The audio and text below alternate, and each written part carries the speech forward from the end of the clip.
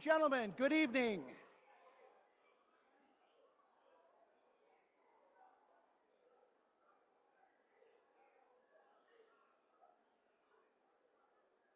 All right, everyone, please take your seats.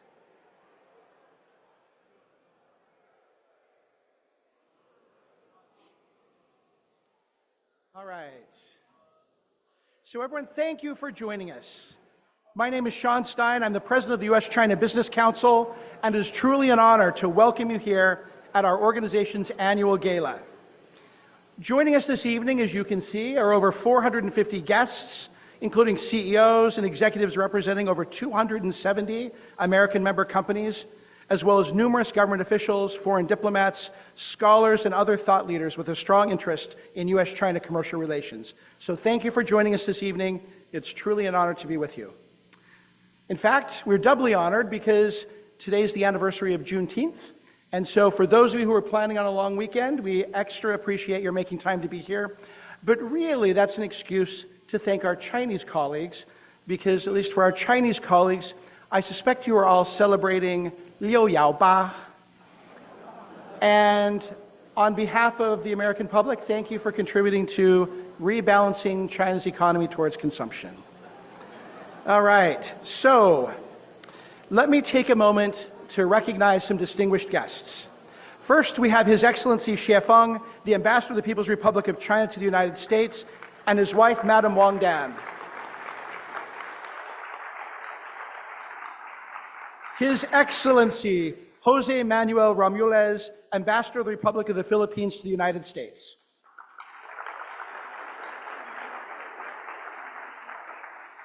The Honorable Terry McCartan, Assistant U.S. Trade Representative. The Honorable Laili Moqtadar, Assistant Secretary for International Trade, U.S. Department of the Treasury.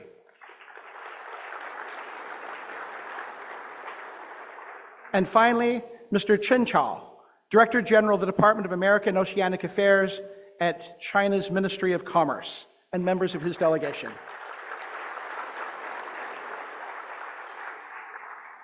So let me also extend a warm welcome to the many new members who are joining us here this evening. Welcome to the USCBC family.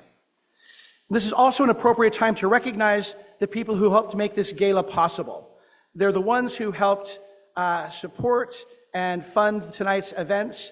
And so what I would like to do is I'd like to recognize our milestone sponsors, which include Abbott, Chubb, FedEx, Las Vegas Sands, and Visa.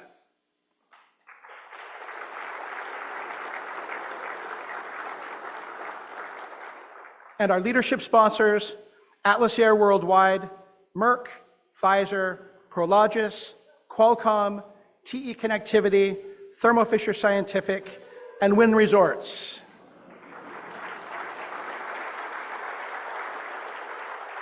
Okay. And now with thanks to all of our benefactor sponsors, which you'll see on the screen, and then our patron level underwriters, also on screen.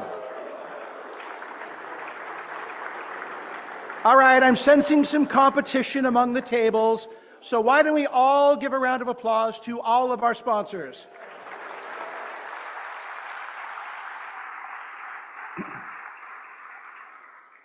All right, the theme of our gala this year is seeking a new path forward for U.S.-China relations. That reflects our unwavering commitment to encourage level-headed dialogue between both governments to resolve differences and to find common ground as they seek their paths, which will ultimately define the relationship. So now we're 150 days, actually 149 days, into the relationship, into the new administration, and we feel this is a good time to reflect on where we are and where we're going. This is true for the United States, for China, and especially for business. On the one hand, the administration's chosen path for the United States is clear. Through a combination of lower taxes, regulatory reform, and incentives to invest in the United States, including tariffs, the administration intends to unleash an American economic renaissance and reindustrialize the United States. But less clear is the path that the administration intends to take on the China relationship. Here, there are competing visions within the administration, and we don't know with certainty which path the administration will ultimately take. But whatever the choice is, it will have significant long-term consequences for the United States, the US economy, and US global competitiveness.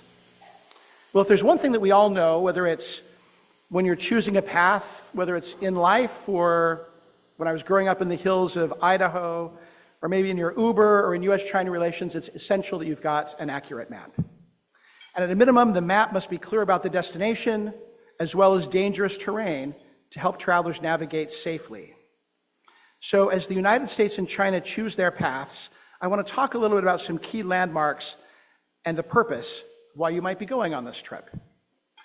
So first, as everyone knows in this room, there's absolutely no alternative to having the world's two largest economies, which are also the world's two most dynamic and technologically advanced economies, working together. Our two economies are highly interdependent, and as recent events have shown, both countries have the capacity to inflict significant economic harm on the other.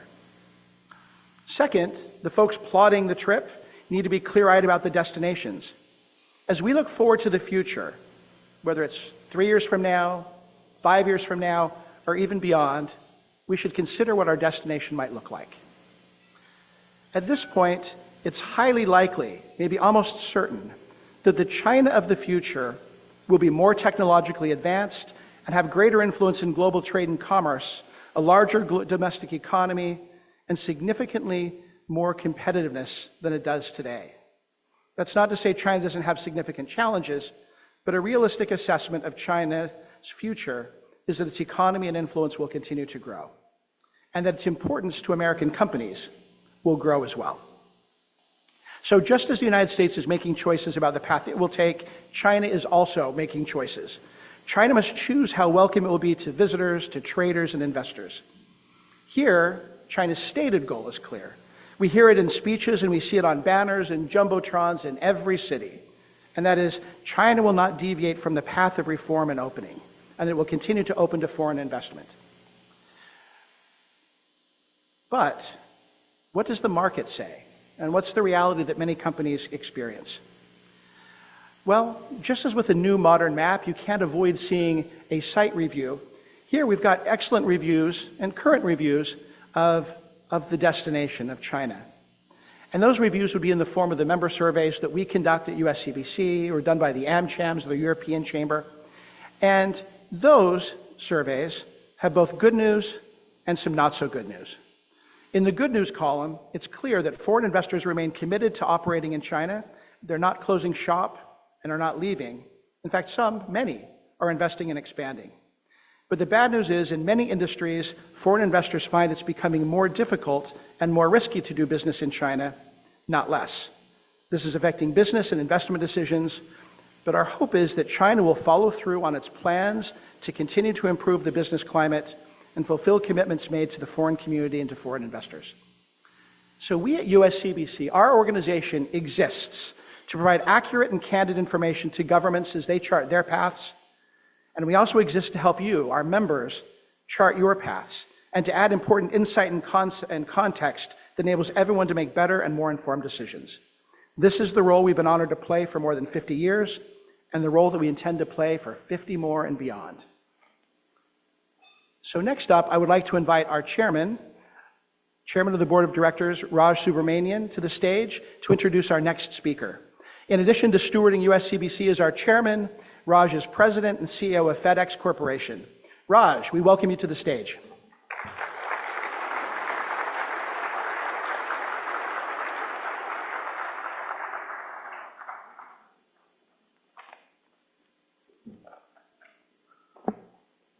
Thank you, Sean. It's indeed a privilege to be here this evening celebrating USCBC's work in strengthening the future of US-China relations.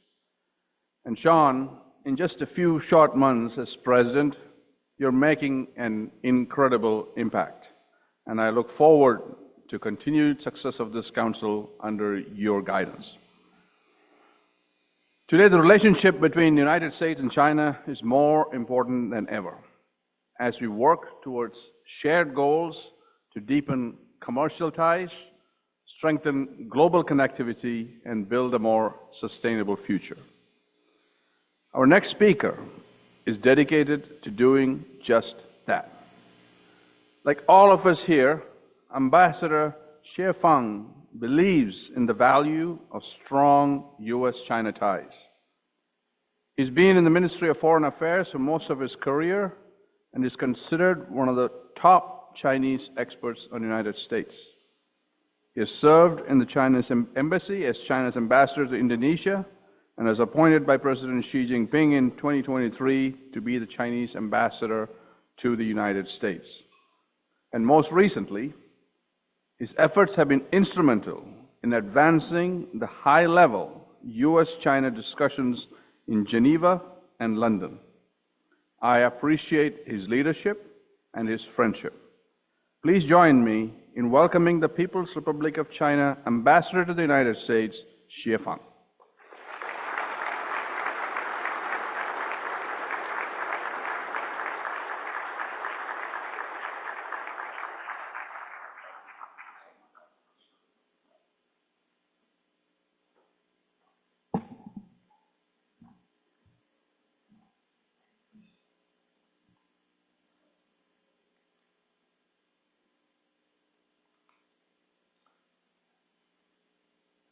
Chair Raj Subramaniam, President Stein, ladies and gentlemen, dear friends, good evening.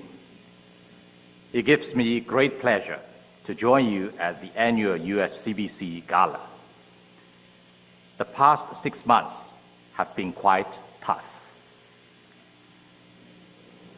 Still, the USCBC has kept going and run a strong leg under the leadership of Chair Subramaniam and President Stein.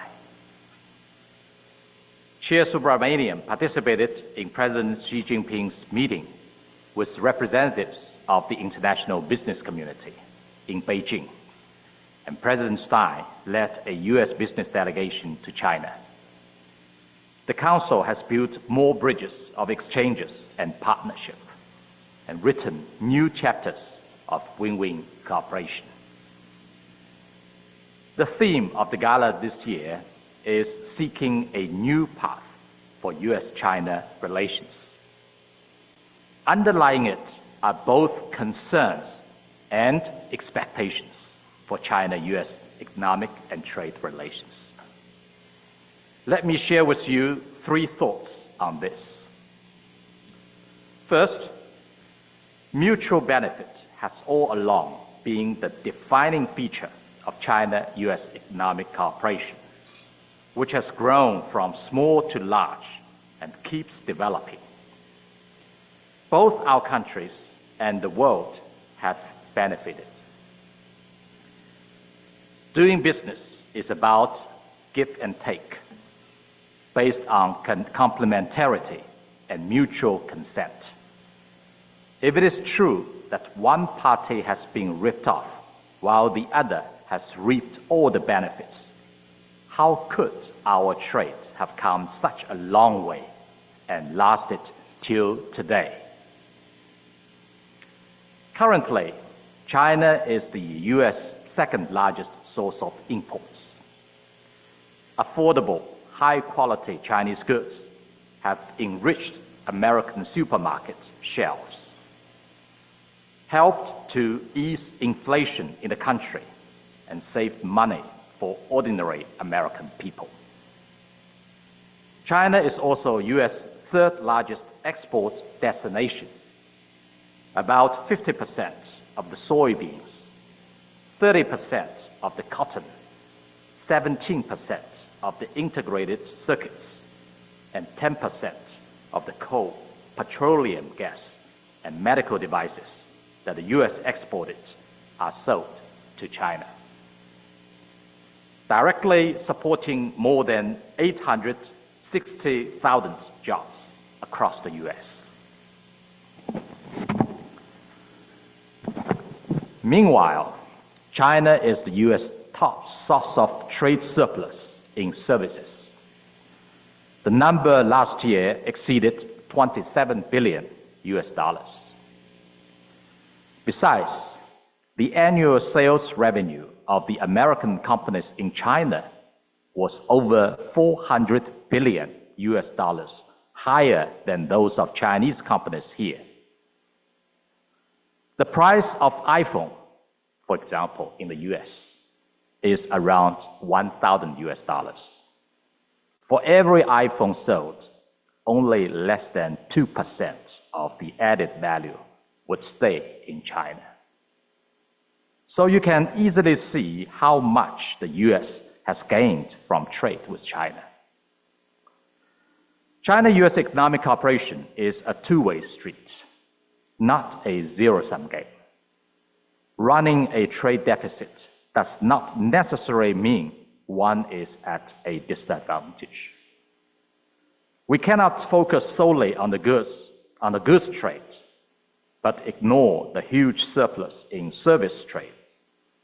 The sales of revenue of American companies in the Chinese market, the tremendous environmental and the resource costs China has paid, nor all the fact that the Chinese people have chosen to spend much of the trade gains buying a large amount of US Treasury bonds. So when we look at the whole picture, we will see that the benefits our two countries have taken from bilateral trade are generally balanced. Any selective reading of the statistics would be misleading. China never seeks a trade surplus. Our foreign trade, once accounting for over 60% of the total GDP in the early 2000s, now takes up only about 30%. The current account surplus is about 2% of the GDP, down from nearly 10% in 2007. We are willing to buy more from the American. Unfortunately, the US side has imposed strict restrictions on the exports of its most competitive products, such as semiconductors, and shut the door on Chinese enterprises, buyers, tourists, and students who want to invest and spend in the US. If one is reluctant to sell others what they want, how can it ever get its deficit reduced by exporting only products like soybeans and beef? Second, as global economic growth remains sluggish and each country is addressing its own challenge, cooperation is the only way out. And while protectionism is no better than drinking poison to quench thirst.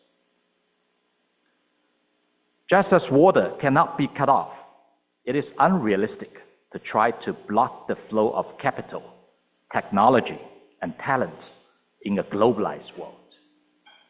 If any country builds up barriers, these resources will naturally flow elsewhere. In the last 5 months of this year, China-US trade dropped by 8% year over year, while China's trade with ASEAN and EU countries grew 9% and 3% respectively. So a small yard with high fences cannot stop flowers outside from blossoming. And a big yard with an iron curtain will only motivate China to pursue self-reliance at a faster pace. I know many friends here are worried that you may end up losing the Chinese market and seeing your R&D slow down. Your concerns should be heeded. I believe many of you are familiar with how the trade war in the 1930s accelerated the Great Depression. If all countries resort to a beggar-thy-neighbor approach and weaponize their market, industrial capacity, technology, and even visa policy, the world would regress to a jungle where might is right and rules and commitments are no longer kept. The current tariff war has destabilized global industrial and supply chains, heightened risks of recession, and sent the international capital market on a wild roller coaster ride. IMF has projected the global economy will grow just 2.8% this year, and lowered the US growth forecast by 0.9 percentage points. Is this really what people here want to see? Tariff wars have no winners. Confrontation and conflict should not be an option. Dialogue and consultation are the right solution. When our two countries, as the world's #1 and #2 economies, returned to the negotiating table recently, the business communities in both countries and the whole world breathed a great sigh of relief. The pressing priority is to honor words with actions, faithfully implement and safeguard the hard-won outcomes, and also make better use of the China-US Economic and Trade Consultation Mechanism to enhance consensus, reduce misunderstanding, and strengthen cooperation. Frankly speaking, the current US tariffs on China are still unreasonably high, will severely constrain and undercut bilateral trade, and should be removed completely. Third, China's development is an opportunity for the world. Believing in China is believing in a better tomorrow, and investing in China is investing in the future. Our confidence comes from China's development trend. In the first quarter, China's GDP grew 5.4% year over year, continuing to rank among the top in major economies. In the first 5 months, our value-added industrial output, index of service production, and total retail sales of consumer goods all expanded over 5%. The three engines of growth, investment, consumption, and exports, are running at full steam. Our confidence comes from China's innovation momentum. The open source DeepSeek and the video game Black Myth Wukong have taken the world by storm. Labubu toys and Insta330 panoramic cameras have become a global sensation. In the first 5 months, China's output of electric vehicles, industrial robots, and solar cells grew 41%, 32%, and 18%, respectively. New business forms and models such as ice and snow economy, the silver economy, and the low-altitude economy keep booming. Our confidence comes from China's internal impetus. China has the world's most complete industrial system, most convenient infrastructure, most abundant factor endowments, most diverse application scenarios, and most competitive innovation ecosystem. With more than 5 million STEM graduates every year, our demographic dividend is turning into talent dividend. Made in China is shifting toward smart manufacturing in China, and the world's factory is evolving into a global innovation hub. Just imagine when China's urbanization rate grows from the current 67% to above 80%. Its household consumption share of GDP rises from 36% to above 60%. Its middle-income population expands from 400 to 800 million, and its consumers pursue higher quality products and services. How much more market potential will be unlocked? Our confidence also comes from China's development strategy and macro policy. While globalization is facing growing headwinds, China is steadily expanding institutional opening up, further shortening the negative list for foreign investments and lowering the thresholds of market access, broadening trials to open sectors such as telecommunications, medical services, and education, and lifting the foreign ownership cap on sectors including internet service providers and certain information services. While the tariff war keeps heating up, China is giving all least developed countries having diplomatic relations with it zero tariff treatment for 100% tariff-wise to boost prosperity and development for all. While protectionism is on the rise, China is welcoming international visitors with open arms. It has rolled out the 2025 Action Plan for stabilizing foreign investment and expanded the catalog of encouraged industries for foreign investment. The new policy incentives also cover frontier areas such as high-end manufacturing and digital economy, and more efforts are being taken to foster a market-oriented, law-based, and world-class business environment. While the international landscape turns more turbulent and fluid, China is resolutely upholding the international system with the UN at its core. The international order underpinned by international law,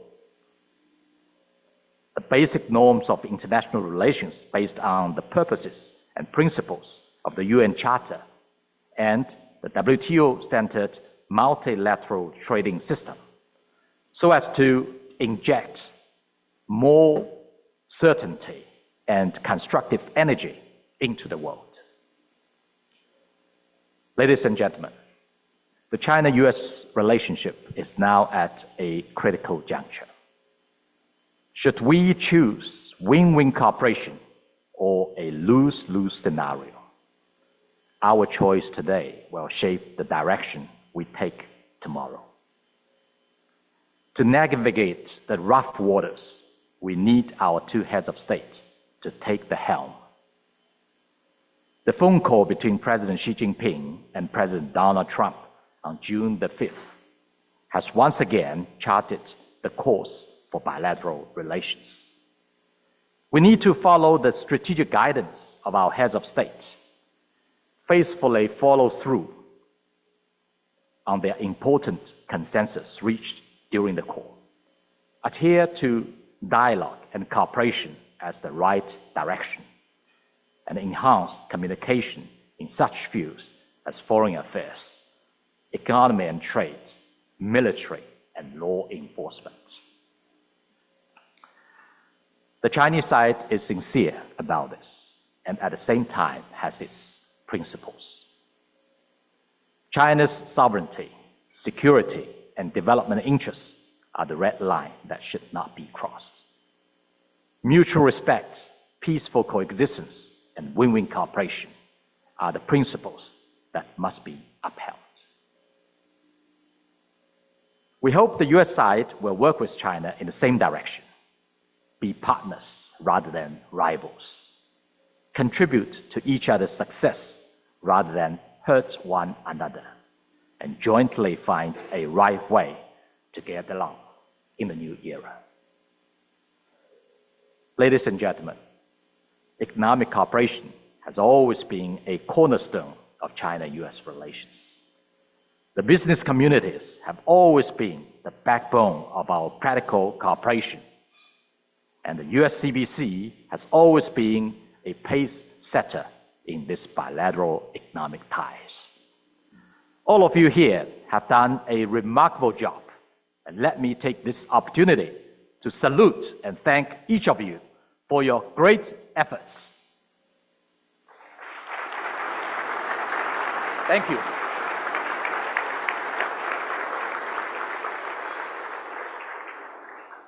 I would like to encourage all of you to build on what has been achieved. Both take a long view and focus on the present. Lead by example.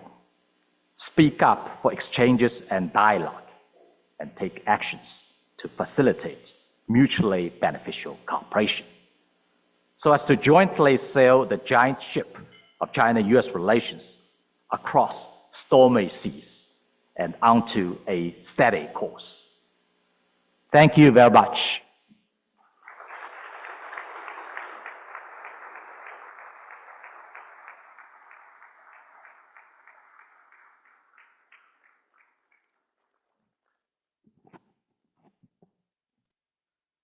Thank you, Ambassador Xie.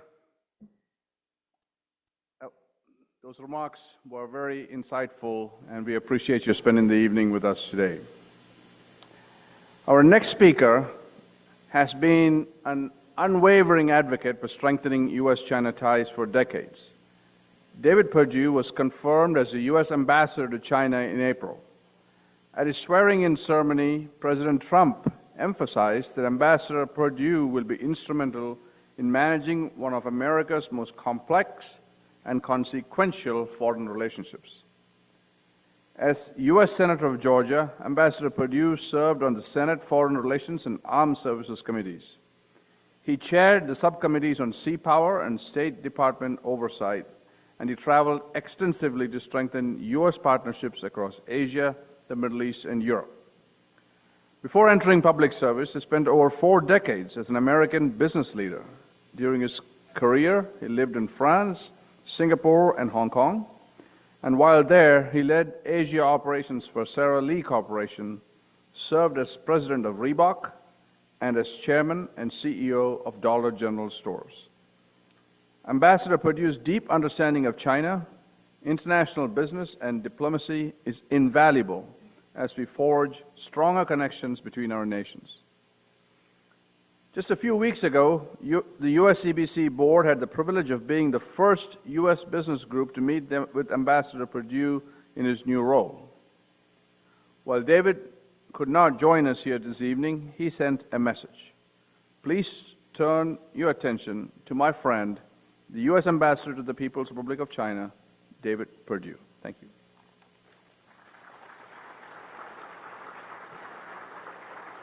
Good evening.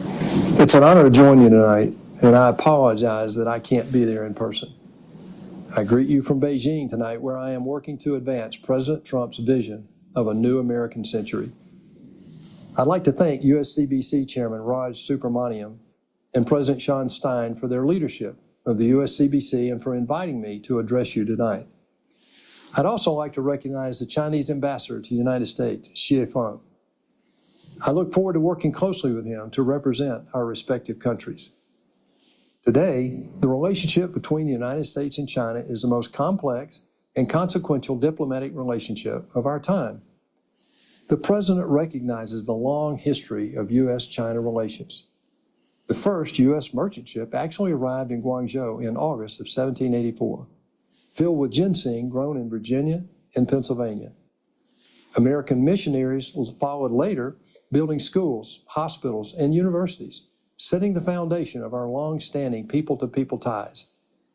Based on our historical relationship with the Chinese people, President Trump believes trade should be a means by which sovereign nations provide benefits to their citizens, not an ideological goal to be pursued in favor of transforming the world.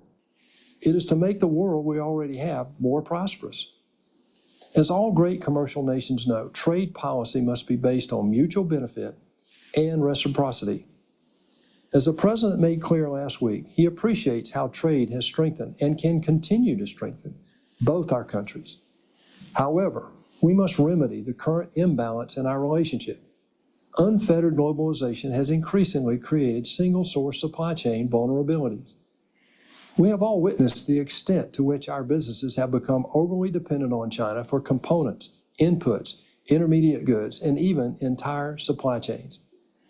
5 years ago, the COVID-19 pandemic demonstrated the vulnerability associated with being too dependent on any single source. President Trump has made clear that he does not solely blame China for the current situation.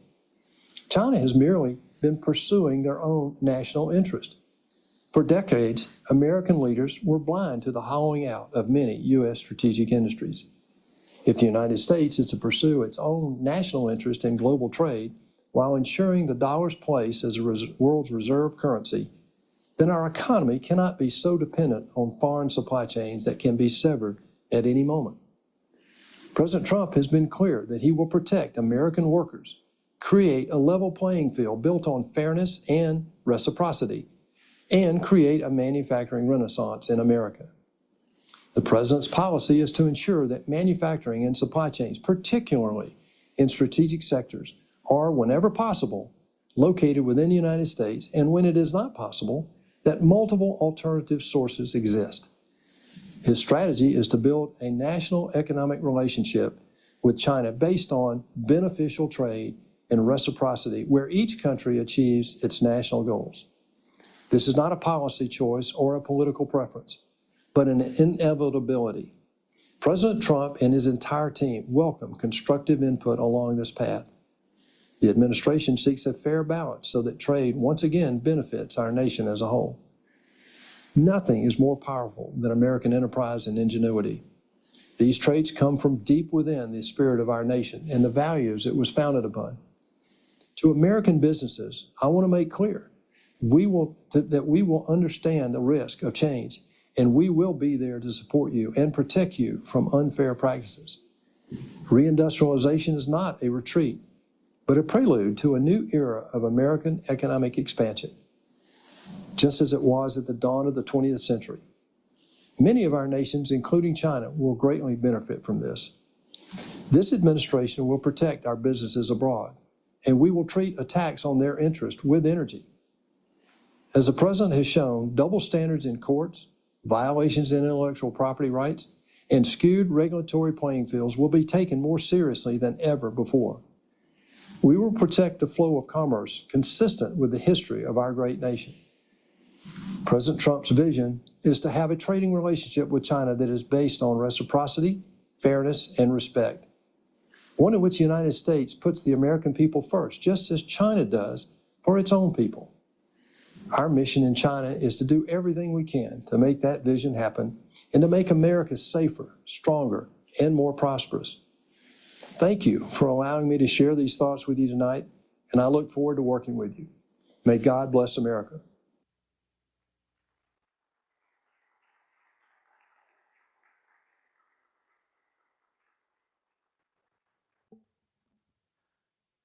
So thank you, Ambassador Xie and Ambassador Perdue, for those remarks.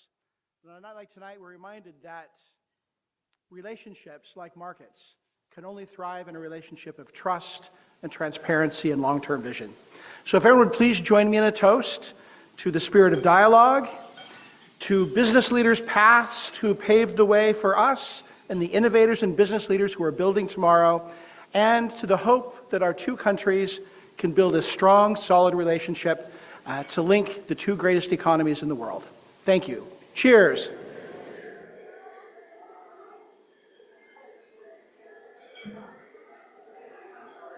Ladies and gentlemen, enjoy your meal.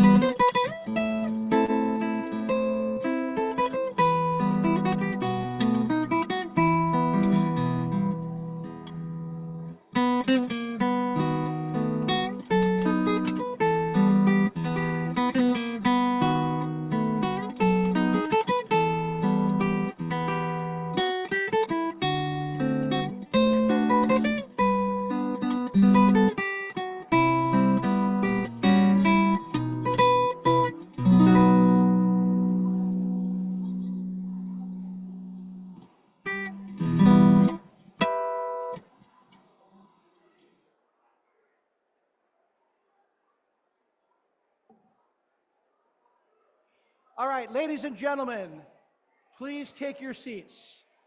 The program will recommence in 2 minutes.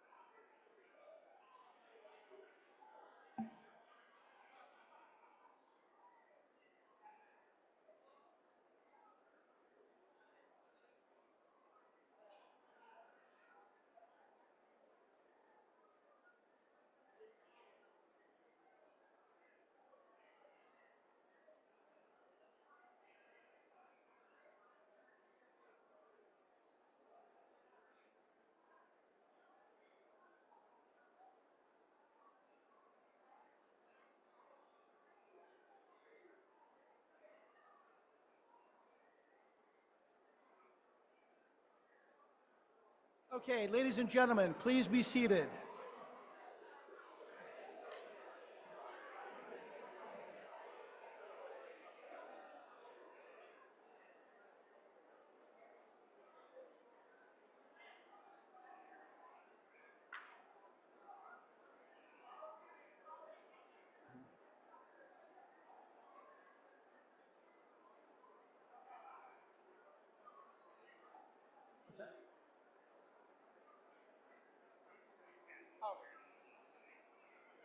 Okay.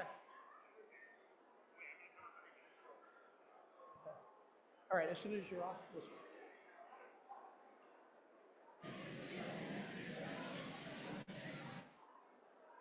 Okay, as I think many of you know, we have a long-standing tradition at USCBC.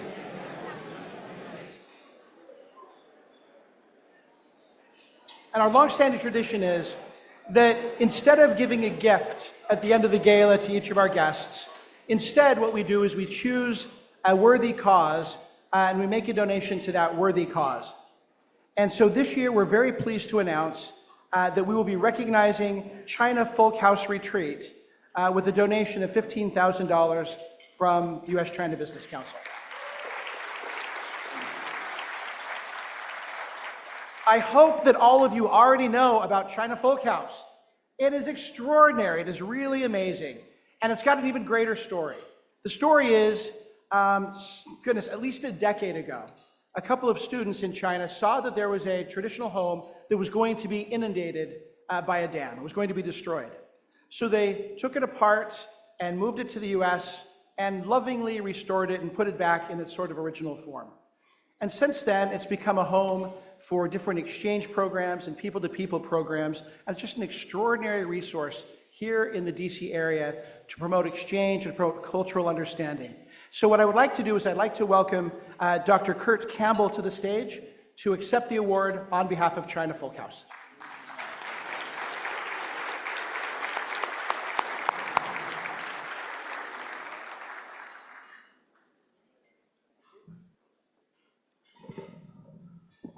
Please, John, come on up.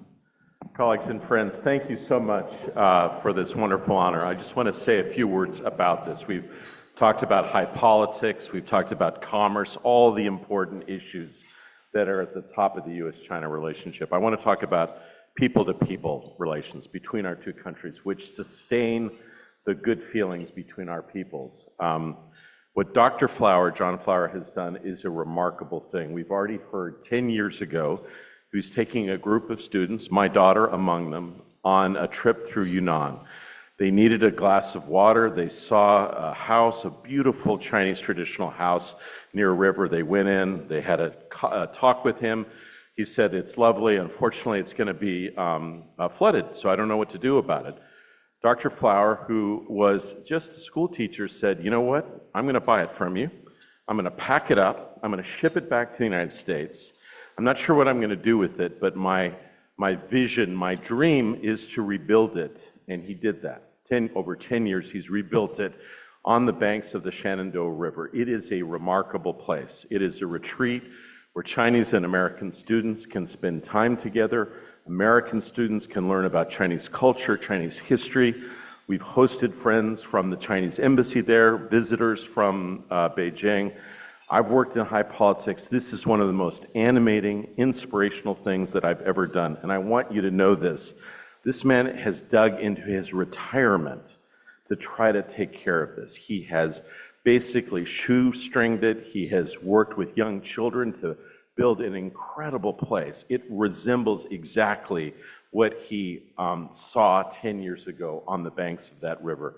It is a remarkable thing. If you are looking to invest in something that really will inspire you, and I will tell you, when I've been out there with Chinese friends, it is inspiring. It gives them hope. We're all looking for something that reminds us why our two peoples work together, why we care about one another. This has been a remarkable thing. I've been proud to be associated with it for 10 years in and out of government. I'm going to continue to help Dr. Flower. It is a remarkable thing. I want you to hear from him very quickly, and I want to thank very much the Business Council for this honor and this support. John. Well, thank you, Kurt. Yes, Kurt has said that we've put this project together. It was kind of a crazy idea, good crazy, but it's turned into something that I never really imagined it would. It's grown into a place where so many people have come and felt like they were at home, and people learning about China, people from China, hosting groups coming from Yunnan, taking students from America to Yunnan, the place where the house came from. We're really hoping that all of you will get a chance. It's 90 minutes from here in Washington, the Houhuayuan. So if you have a chance, please come out and visit us. We really need your support, and we're hoping to promote mutual understanding and people-to-people exchange. And I'm so grateful for your recognition, for your support. It means the world to us. We're a small organization, but we want to tell a big story in a small place. Thank you so much. I'm very grateful. Thanks.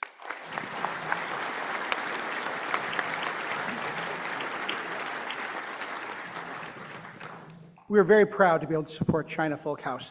And absolutely, if you haven't been there, go see it. It's extraordinary. It's a great resource.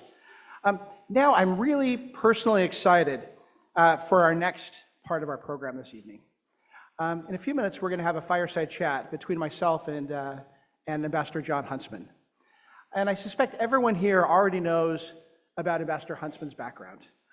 It's extraordinary. He served under 6 different U.S. presidents. He was Deputy U.S. Trade Representative, the Governor of the state of Utah, Ambassador to Singapore, to China, to Russia, has had a distinguished career in business. So he's seen trade negotiations, he's seen diplomacy, he's sat down with Putin. He has done a lot of things that I think really might make for a really interesting conversation this evening. But let me tell you the reason why I'm really excited. Back when I was a young diplomat on the wrong side of the Great Wall in Shenyang, I don't think he's even going to remember this. Ambassador Huntsman came to visit, and of course I'm a newly arrived consul general, and so I'm trying to be really looking good. And we had a problem, and we had an issue that the details don't matter, but we had an American permanent resident that was having some real challenges. And for all kinds of bureaucratic reasons, the State Department wasn't sure what we should do. Should we help? Should we not help? And it came down kind of risky, let's not do things. And I was really frustrated by this. And I remember talking to Ambassador Huntsman and saying, I'm really concerned. This is a case where we really could help someone, but for bureaucratic reasons, we're not able to. And what is your thoughts? And he didn't even pause. He said, I'll tell you what we're going to do. We're going to do the right thing. And that really sort of left, sort of a very quick, good sort of impression on me that it wasn't we're going to talk to the bureaucracy, it wasn't we're going to do this, it was we're going to do the right thing. And I think that if we look throughout his career, Ambassador Huntsman's career has been filled with doing the right thing. And so please join me in welcoming Ambassador Huntsman to the stage.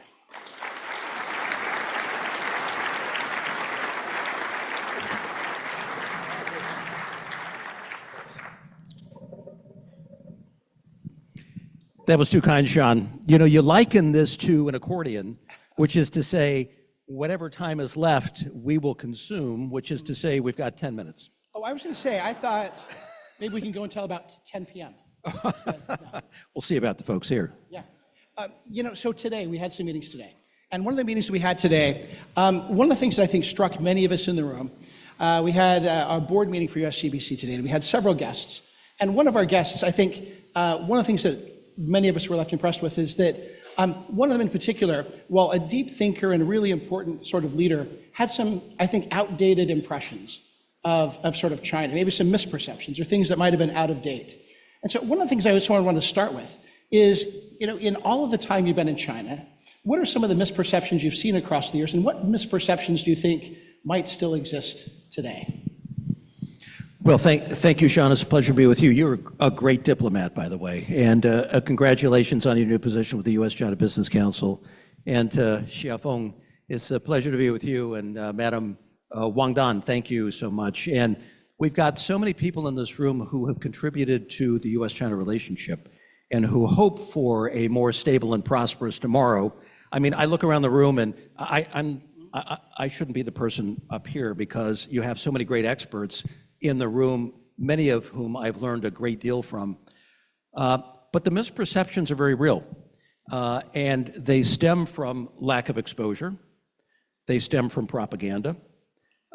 They stem from political rhetoric that sometimes can get out of hand. But I take you back to the first visit I made to China in 1984, when I was a young aide to Ronald Reagan. I was the lowest level flunky on the White House staff. They called them advance men, and I was an advance man, so I went around organizing trips. And so I went to China 2 months before the president and lived in Diaoyutai, the guest house, and toggled between Beijing and Xi'an and Shanghai. And at the time, Jiang Zemin was the party secretary in Shanghai. And Li Shenzhen was president, and Deng Xiaoping was head of the party and vice chair of the Central Military Commission, the person of great power.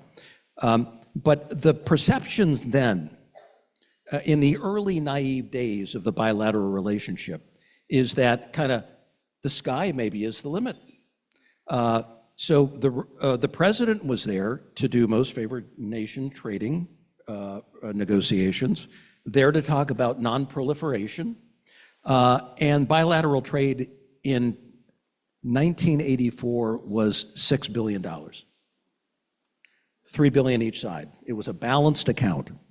But the perceptions on the US side were China is still in the throes of sort of the aftermath of the Cultural Revolution. Won't be able to get their act together. It's an antiquated system. We're going to have to kind of be kind and help them along and this, that, and the other.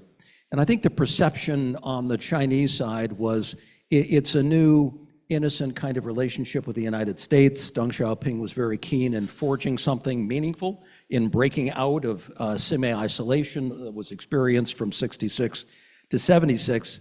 And I kind of take that through the present time. And still, we have misperceptions that are China is either 10 feet tall or it's going to crash and burn tomorrow. Neither is true. we're somewhere in the middle. But the lack of exposure that particularly members of Congress have toward China, no throughput, no visits, means that you get misperceptions that can build upon themselves. So I got so frustrated one time while in Beijing because we didn't have a lot of members of Congress visiting. I called Harry Reid, who was then the Senate Majority Leader, and said, listen, Senator, you know, we've known each other a long time. He was Senator from Nevada. I was before a governor of Utah, and he was always trying to steal our water, so we were always cutting deals. So I got to know him pretty well. And he's a very honorable guy. He said, listen, we got a real problem here. No one visits China because it's political risk. It's politically risky. And therefore, their views and impressions are dated. Tell some of your colleagues to get on a plane and get over here. So what he did is he rounded up a congressional delegation of 10 people, 10 members of the Senate, 5 Republicans, 5 Democrats. And they spent 3 days in China. And they went to see, you know, everyone from Xi Jinping to Hu Jintao to Wang Qishan. Now, if ever you want a session conducted by a very thoughtful, funny, insightful person, go spend an hour with Wang Qishan. He's very, very, very gifted diplomat and interlocutor. And they spent 3 days there, and some of the sort of hardest lined members of the Senate were part of that delegation, including Chuck Schumer, who of course had all kinds of issues on currency manipulation. And they left 3 days later with a much different view. And I think it helped to settle down the relationship somewhat in the aftermath of what had been a fairly turbulent year, which would have been 2010. A lot going on, including arms sales to Taiwan and of course the pivot. We have Kurt Campbell here. He was very instrumental to some of the aftermath of that. But so the relationship was a bit fraught. So it served 2 purposes. It connected political leadership in the United States with political leadership in China, something we don't do enough of. And it recharged realistic impressions of where China was in its evolution of growth. So I think today we have similar problems, and it bothers me to no end that for a relationship that is deemed to be the most important in the world, in every conceivable category, economic, security, people to people, there's just so much at stake that we're afraid to engage, particularly at the political level, because there's a price to be paid. So until we're able to get over that and grow up a little bit and decide that despite our differences, in some cases irreconcilable differences, we're never going to resolve them, we can still figure out pathways to connect, to dialogue, and to solve problems. We're not going to get it all right. But I can't remember in my youth growing up, because I remember the Cold War. I'm a little older than you, Sean. And there was always dialogue with countries of the world. It was a proud thing to be from the United States, carrying on dialogues with those with whom you didn't always see eye to eye. And there was something very majestic about that. And in recent years, it's become politically treacherous. There's no reward. So instead, you can use China as a talking point. And as we heard from a senator today in our briefing, and you can say whatever you want. And I think on the China side, we suffer the same problem, and that China has politics too. And you have political elements there that say the same thing about the United States. So at some point, we have to address the gap that exists. It's a perception gap. It's an understanding gap. We're traveling on this journey where the fate of the world literally depends upon our ability to solve problems and get along. And yet we continue to fall farther and farther behind in terms of our understanding of one another. And then we talk about just discontinuing people-to-people interactions, maybe canceling student visas. Well, that's not exactly an investment in our future. So I think we've got a lot to work on in this regard. I think we do. Your story about the visits really kind of reminded me of something in 2017. In 2017, I was in Shanghai, and out of the blue, I got a notice from the department that we were going to have a single senator come and visit. And so we were preparing for this. And so as one does, you know, again, young diplomat, I go to the airport and I meet them at plane side and I put them in my car and we drive into town.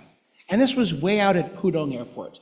And so it was a good 90 minutes to get from the airport to where she was staying. And I'll never forget that for the first, 50 minutes of the drive in, she was so eager to tell me all about China. And I felt like the whole thing she was telling me, I felt like this was flashbacks, 2008 or 2005. But this particular senator had done homework and had done their reading and had been briefed. And I was just sort of overwhelmed at sort of some of the perceptions. And I thought, this is going to be a great trip. Because they were there for a specific meeting, but then we had 2 days that we could do the whole shock and awe that you can only do in Shanghai. And so for me, the contrast then, on the way back to the airport, to have them talk about all the things they saw, all the things they learned. And then I thought a remarkable bit of self-awareness said to me, I bet all that stuff I was telling you on the way in from the airport probably didn't sound very, very bright, did it? And I was like, oh, no, it was great. That's how it is. But so I think those visits can be transformative in that we do need more leadership from the United States, whether it's Congress or political leaders, to get to China, because there are a lot of things that you really can't appreciate unless you see it firsthand. Yeah, no, I think that's exactly right. But we're not going to get anywhere in the relationship beyond talking past one another, because that's what we're doing today, to be quite honest. We're talking past one another. We're not talking with one another. There's not a profound understanding of the overall direction. We're talking past one another and trying to score political points. But until such time as the people of both countries see that there is benefit to them in their communities. So let's take this relationship down to the individual level in communities, because I think that's where it best resides. What does the average American feel about the relationship? Do they see that there's benefit to be derived from supporting their member of Congress? And on the China side, do they see that there's, in a sense, benefit from a strong U.S.-China relationship? Well, right now the answer is no. And a lot of, we went over some of the numbers earlier today. So what do both sides have to do to ensure that they're working on things that matter? They're working on things that actually translate into a point of view on the ground where people say, yes, I can support that relationship because good things are happening for me and my community. For example, they're helping to solve issues around human disease. They're helping to fight cancer or chronic diseases or whatever the case might be. But we're shooting well below where we should in terms of the importance of the overall bilateral relationship. Given the stakes and given the duration, the United States isn't going to disappear anytime soon. China's not going to disappear anytime soon. We're going to be around for a while, and we're going to be on the world stage for a very long time. And it would behoove us to begin coming up with a proactive dialogue that got us out of the cul-de-sac of issues that are irreconcilable into discussions around things that we can solve. Maybe incremental step-by-step approaches. That's a thing around the trade agenda right now. It may be that we're biting off more than we can chew. So, when we look at 90-day deadlines, 60-day deadlines, we're going to blow right past those. I'm really concerned about that. It's not realistic to say you got 90 days to do that. I mean, trade agreements, as Terry knows, Terry's here from USTR, we worked together many years ago. Trade agreements take 12 to 18 months to do, if you want to do a comprehensive agreement. And here we're doing, kind of a trade facilitation, market access, tariff agreement. And then we've got rare earth products. Most Americans know what the hell you're talking about when you say rare earth products, but you cannot build componentry. You can't build electronic componentry without things like magnets. You can't build cars without magnets. They go into steering columns, braking systems, transmissions, et cetera, et cetera. So I'm on the board of one great car company where, they've had to close a plant already recently because lack of access to magnets. So until we start showing signs of progress around trade, not tied to 60 days or 90 days. If you talk about 90 days, you're really talking about 60 days or 30 days, because the time it takes to get products shipped has not been factored into that equation at all. So it's highly unrealistic, these targets that we're putting out. We need to take a step back. We need to maybe do a more incremental approach, bite-sized approach, take the win, build a little more confidence and trust, and then move to round two. I fear that we're being a little too ambitious in this round of trade talks. That sounds right. I'm glad one of the points you brought up just now about sort of shipping times and all that. One of the things that we heard from a lot of members, they were delighted to see, you know, the deal that came out of Geneva, 90 days. But then what they were saying is, we may call this a 90-day deal, but really, for most of us, it's a 60-day deal for that very reason. You've got 60 days to get goods on the water, and if you don't make it, then you now wait and then see if the deal gets extended. So we're getting close to, what, maybe the 40-day mark? So we'll see how that goes. Well, we've also already claimed victory. Yeah, we have. So, you know, imagine that, claiming victory before the deal's done. So, Yeah. Terry, I wouldn't want to be the negotiator on that one, my friend. Good luck. Yeah, well, so let me ask. So you've been working on China for a long time in a lot of different roles. What do you think we've learned? What are there things you would have done differently, or what, you know, what from the past would inform how we approach China today?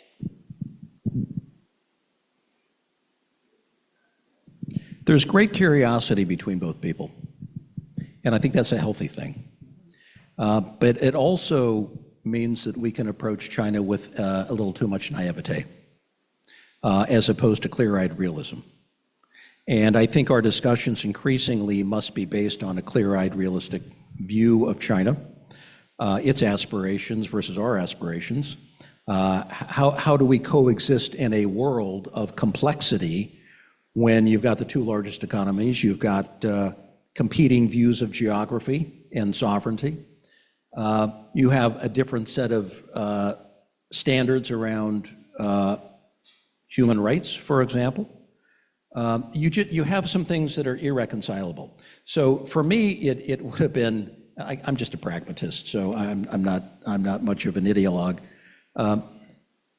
When are we going to sit down and take the category of issues that are irreconcilable, put them off to the side, have work streams and working groups that continue to work on them to build confidence, build muscle, even though we're not going to actually get anywhere, and then take the other group of issues, and there are plenty of them, we just don't search enough for them, that allow us to come together more naturally, where we have a thing called shared interests.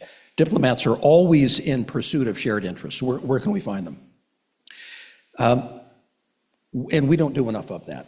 So if we could reverse a little bit and say, how do we redo a little bit of the past? Yes, we have a different set of, we have a different ideological outlook. We have some irreconcilable differences when it comes to human rights and values. Okay, fair enough.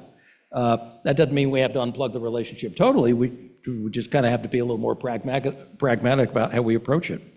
So who's going to be the person who stands up and says it's time to reorder the relationship? It's time to create some work streams around the irreconcilable and some work streams around that stuff that we can actually put a time horizon on and expect to deliver something for the people on both sides. That's the hard part, because that takes the interagency process, that takes a little bit of political goodwill on both sides, and right now that political will, the gas tank is empty.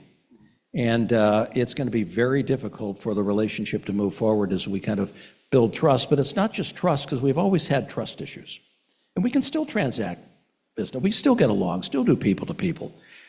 It's when we start getting into demonization and vilification that there's no end in sight. And when our dialogue enters that milieu, that's when I really become concerned, because there shouldn't be an issue we can't talk about. We're two big, mature, powerful, successful countries. There should be nothing that can't be put in front of us that we can't talk about and try to resolve.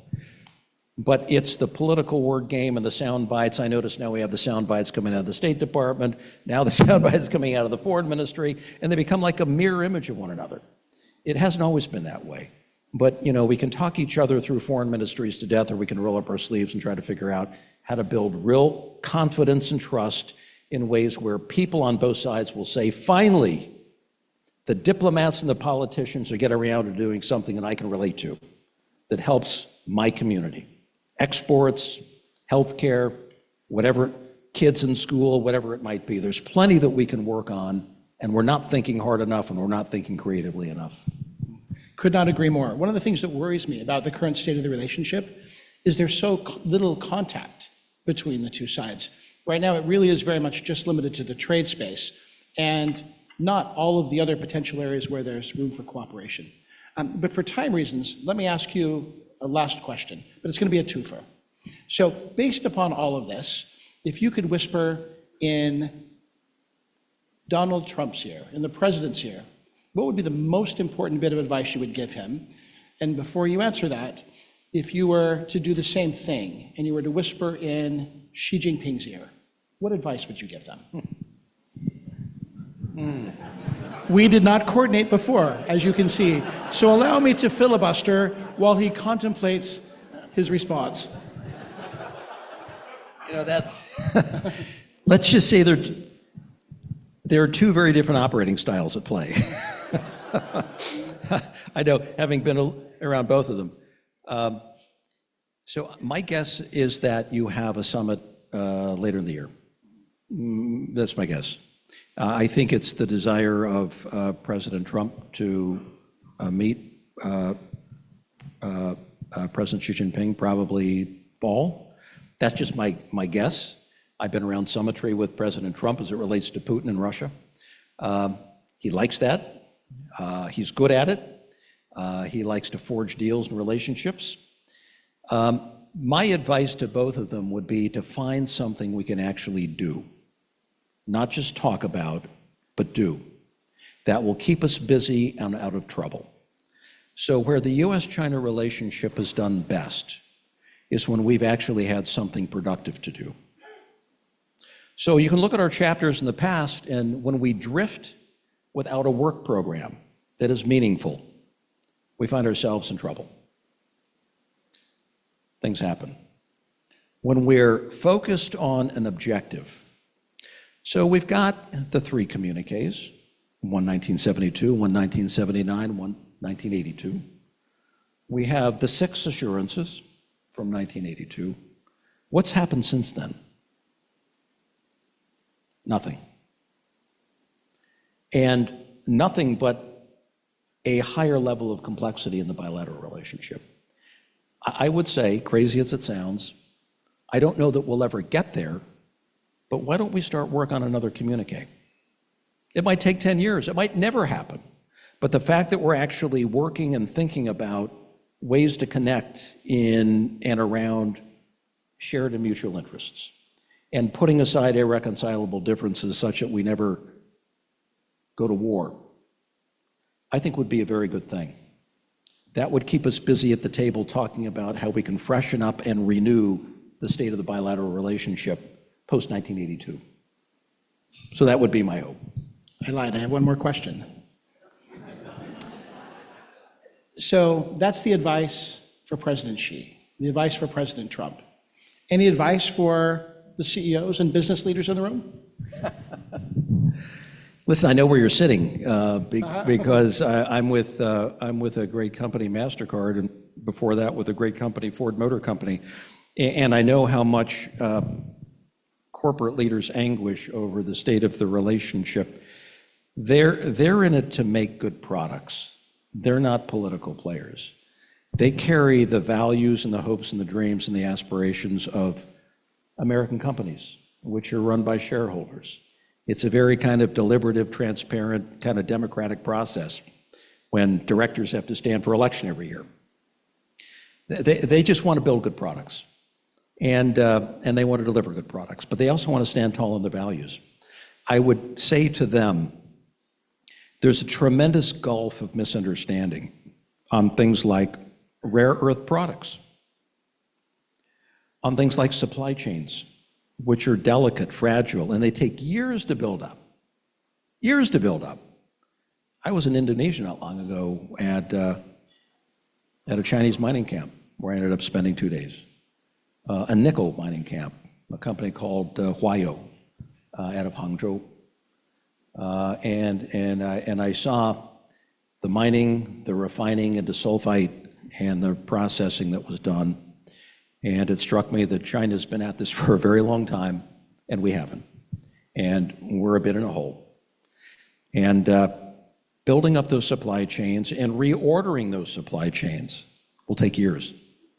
They're not simple. These are complicated animals. And I think sometimes there's very little understanding. You hear the political discourse today, well, just sort of shift the supply chain. Just go from here to there. Well, There will be some de-risking from China on supply chains, I suspect, but not all. So what do we keep and what do we change?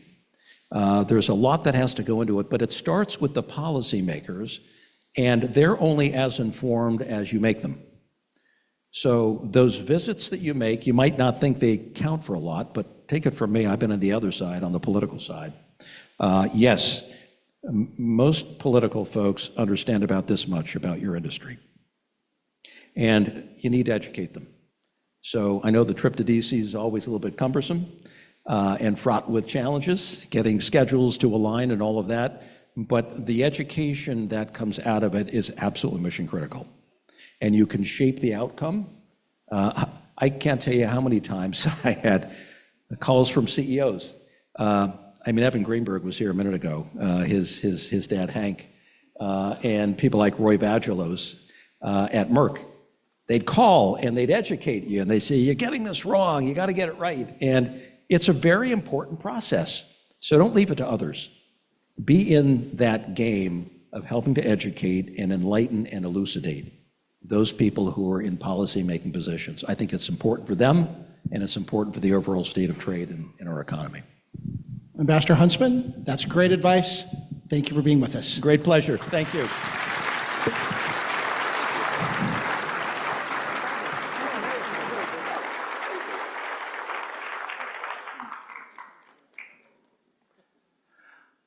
So, ladies and gentlemen, thank you for joining us this evening. We hope everyone had a pleasant and productive night. This concludes our event. See you next year.